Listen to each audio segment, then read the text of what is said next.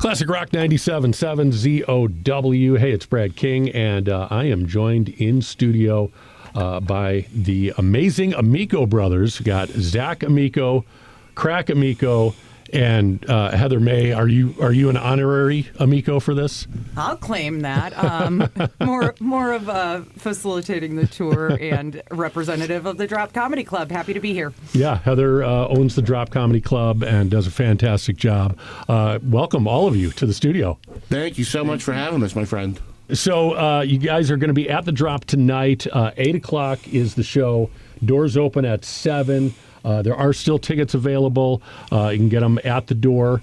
And there's going to be a food truck. And this is not your kind of standard stand-up comedy show. Tell everybody a little bit about what type of show this is. This is a little something for everybody. This is Zach Amico, the eldest Amico brother, the fattest Amico brother. I've been doing stand-up about 17 years through a podcast I do with my best friend, Louis J. Gomez. We had a contest, 6 years ago? How long? It was in 2022. All right, not that long ago. It feels like that. Where we had a joke where we wanted to have a rapper named Crack Amico. We ran a contest, and the brackets were filled already. And then the gentleman next to me found my email address and sent me a song, and we voted whether or not he could be included. So this son of a gun won the whole tournament, and we paid for his first record, and now we're on tour together. This is Crack. Yeah, I really took that opportunity at Coattails and just grabbed him as hard as I could. Just took the ball and ran with it. But yeah, it's I've been rapping over half my life now. I'm 32. Kind of had some missteps with drugs and alcohol. I don't know. Can I say? Sure. Can I say that? But yeah, so I ended up developing parasocial relationships with podcasters, and it actually turned into my come up somehow. And so you guys do it. You're not on stage at the same time, right? It's so Zach, you do stand up, and then Crack, you do a rap performance. It'll be a full stand up show. So we'll have some comics go up top. I'll do a full headlining set, and then we transition over to Crack for music, because as a comedian, I don't want to follow music. The last thing you want to do is like, everybody sit back down and stop having fun. I need to tell my sillies. So how is it? How has that been working? Like, is the crowd into it? Are you getting like two kind of different diverse crowds that come to the show, or? Yeah, well, it's interesting. We kind of have like the same fan base, even though we do two different things, you know. And I'm kind of new getting out on the road. I'm kind of a comedic rapper, which I know sounds terrible, but trust me, it's good. Check it out. But Zach does his thing. He's a vet at this point. He goes out and he kills it. Does stand up, and then I go out and we just did the first one last night. I kind of play some interstitials between my tracks and try and slip some jokes in there, but we just try and make it chaotic. Everybody get some drinks, have a good time, and yeah, we're going through it, trying to build and improve on it with every show that we do. So yeah, this is the start of the Amazing Amico Brothers World Tour. So you were in Michigan City last night. Like we said, you're South Bend tonight, Drop Comedy Club, and then Kalamazoo, and then Detroit, and then who knows from there. Yeah, and I see a lot of people, talking about, guys, you're saying it's a world tour, it's only in 2 states. It's like, you got to start somewhere. Right? Before we know it, next year is Africa, India. We're going to be going all over the place, but you got to start somewhere. Indiana and Michigan are part of the world. We're going to be in Kalamazoo, Africa next year. And we are getting requests from cities all over the country already, and Toronto. So, we know comedy clubs in Toronto. We'll be reaching out. We'll be worldwide before you know it. If you don't dream big, big things don't happen. Exactly. These guys are going everywhere. And now, speaking of big things, Zach, you were just one of the writers for the Kevin Hart Roast on Netflix, right? Yeah, I was very, very lucky. I worked specifically under the host, Shane Gillis. He hired me and 4 of our friends and put about a month and a half, 2 months worth of writing in there. with the 5 of the ugliest mutant men in the world. Shane kept us in a basement and whipped us until jokes fell out of our faces. But it was the most fun I've ever had. I got to go hobnob with celebs and tell them horrible things to say.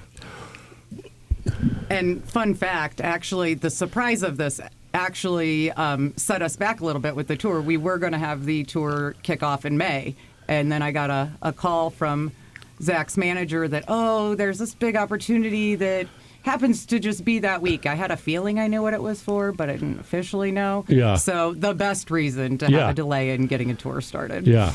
So what were and again we're recording. So what were some of the jokes that you wrote? What were some of yours? I signed it when you work on something like that. You sign an NDA, and anything backstage is the intellectual property of Netflix. Okay. So I haven't been trying to take credit for any of the jokes specifically, but I will. The one that I will say I'm enjoying the response to the most, for egotistical reasons, would be Kevin and his family came to America in a slave ship in a bottle. 'Cause I love the shortness of it, and I love that it's not vitriolic. I love that I took a very horrible thing and made it silly and whimsical. Yeah. What is that? I've always been fascinated just about the writing process in general, whether it's comedy or music. What is that process? How much? You said you signed an NDA, so I understand. I can just talk about roast writing in general. Yeah. What is that process like? Of you get backstage with other writers, and you guys, you obviously start throwing around ideas, but how do you come up with, is there a line? What kind of give me a sense of it? As far as the line, I always say the only way you know where the line is you have to cross it. Luckily, you are in a safe place with your peers, who you all trust each other, that you can, once you establish where that line is, it's much easier to obey it. Yeah. And with the advent of our phone, we can Zoom. We have a Google Doc going where we're all updating. I'll be honest with you. He did about, I think, 8 to 10 minutes. At one point, our Google Doc of jokes was 40 pages long. Oh, wow. Because we were all obsessed with writing jokes. Yeah. I personally, the way I write, especially roast jokes, monologue jokes, however you want to put it, the one-liner, they are SAT analogies. This is to this as that is to that. So the way I always tell people is to write backwards. Know where you want to go, and then find the journey there. It's like doing a maze backwards. Okay. And then same with as silly as it sounds, a great joke works just like an equation. Both sides of it have to be equal. So you're going to want to rearrange the words in the first half to become the second half, or you're going to want to have something lead and then you have a misdirection. There's things in comedy like a rule of threes. In professional wrestling, it's called expectation divercation, right? Where now this is the thing, now we've established what the thing is, now we turn it on its head. Gotcha. Or a misdirection. I'm leading you down this path, and I've gotten here. You get the swerve. And my favorite when people are like, why would you say I slave ship in a bottle? Hard consonants are funny. That's why in a joke, if you have an animal, you want it to be a duck. It's got the hard K sound. Right. Slave ship in a bottle. You just crammed a bunch of consonants to it. It makes it sound funny on top of being funny. Yeah. Sorry for the for the deep dive into the nuts and bolts of the minutia. No, like I said, that stuff is very interesting to me of like how you get from point A to And I got very lucky. The guys Shane hired, it was myself, JP McDade, Mike Lawrence, Dan St. Germain, and Nick Mullen. And I've never been in a room that was so egoless. Every single person pitched what they liked. You could help. Let me change this. This one word should change. Nobody was like, this is mine. I want mine in there. It was just, what is the funniest? And what does Shane like the most that he's comfortable saying? I couldn't ask for a better group of people. It was the best job I've ever had. Is it challenging at all to write for someone else?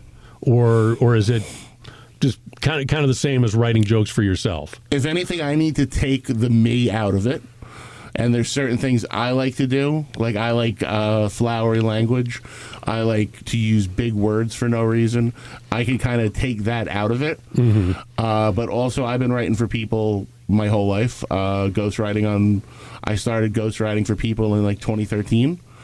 So you can kind of slip into their cadence very quick. Mm-hmm. And the more time you spend with them reading it, you start to take on their cadence and not necessarily mimic them, but give them ammunition of words they like. Yeah, you kind of figure out what their voice is. Yes, yeah. And that's also just by working with the person. And Shane was very cool. He, for 2 weeks, was running those jokes at comedy clubs, having the phones put in the yonder bags, and he was testing them, and we were recording it, mm-hmm. and we were listening to it the next day and rewriting. That's cool. Yeah. So we got a live test of everything. Yeah. Yeah, very cool. Now, you mentioned professional wrestling. Crack, you have a DX shirt on there. I love it. Zach, I know you have done, I've seen your Dusty Rhodes impression. Oh, thank you. That made the drop go viral, so it was huge for us. That's the second or third time that's gone around the horn. And my favorite thing is, I was telling them last night, there's people every once in a while that say I stole the impression from, there's a DJ in Florida who does prank calls as Dusty, and they're like, you stole DJ Chris. And I'm like, how do you steal? And do you mean I just also did an impression of the man? Yeah. But yeah, I love that clip. And yeah, I've been managing, and I do commentary for Juggalo Championship Wrestling, Insane Clown Posse's wrestling company for about 2 years now.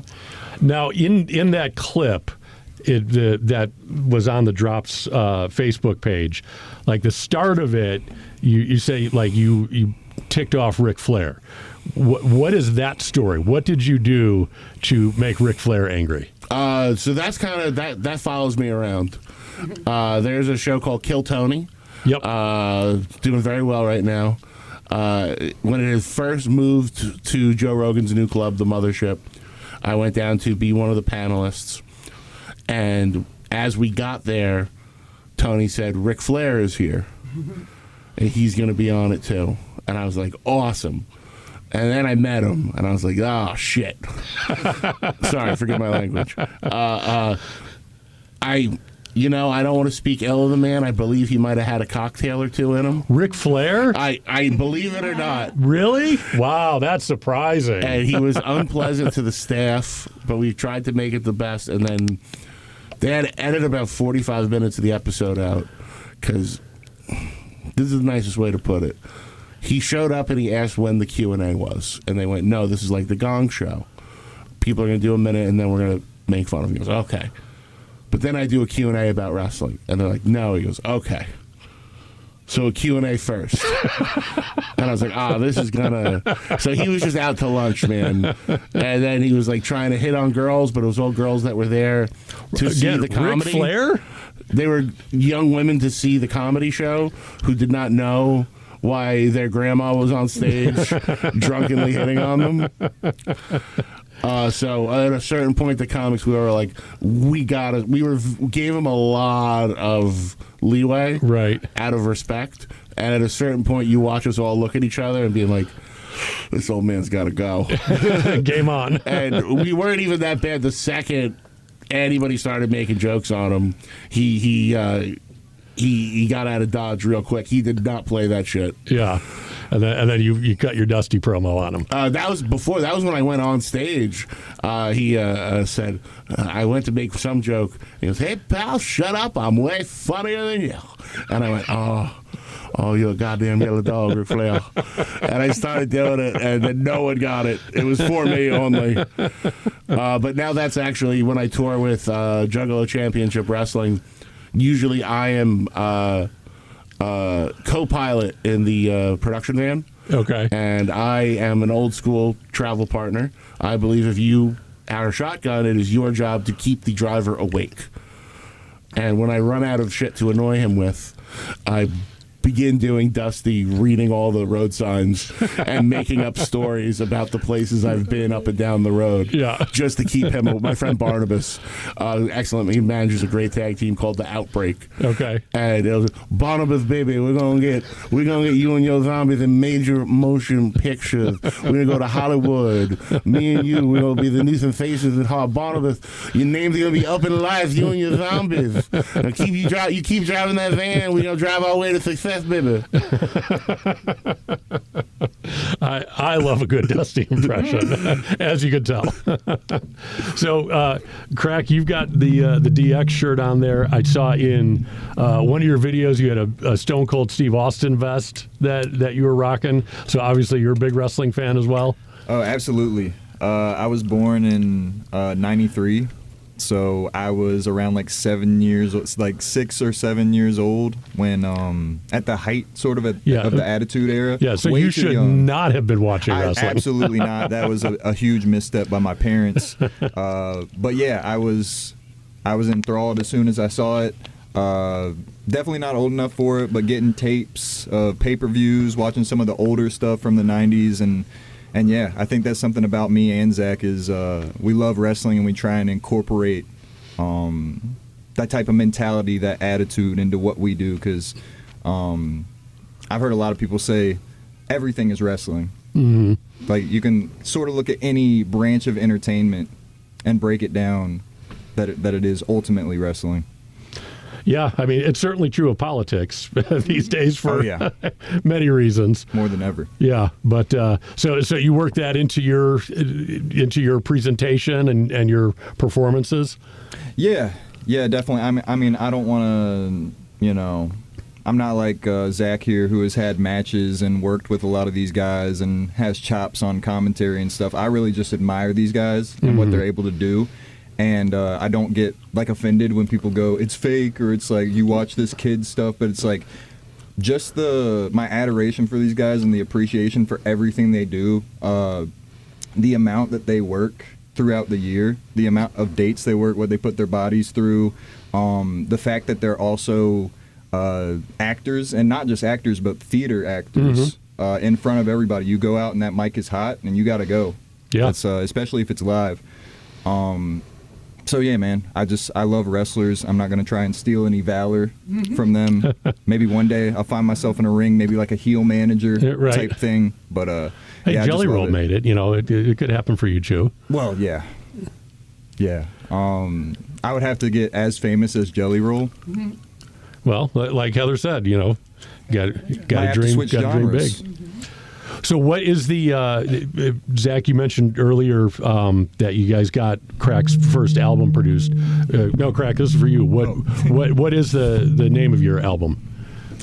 My initial album that I made the year that I won the contest was White Trash Jesus. Okay. I had another one a year later called F the World, which is F star star star. But as of lately, I've kind of just reached a place where I want to reach a certain following before I drop like another body of work. So I'm kind of just pushing out singles. And for people that don't know, I do a lot of topical work. Like if something happens in the zeitgeist, I even made a song sort of pertaining to the roast situation with Chelsea Handler. So I got my own kind of songs that I make.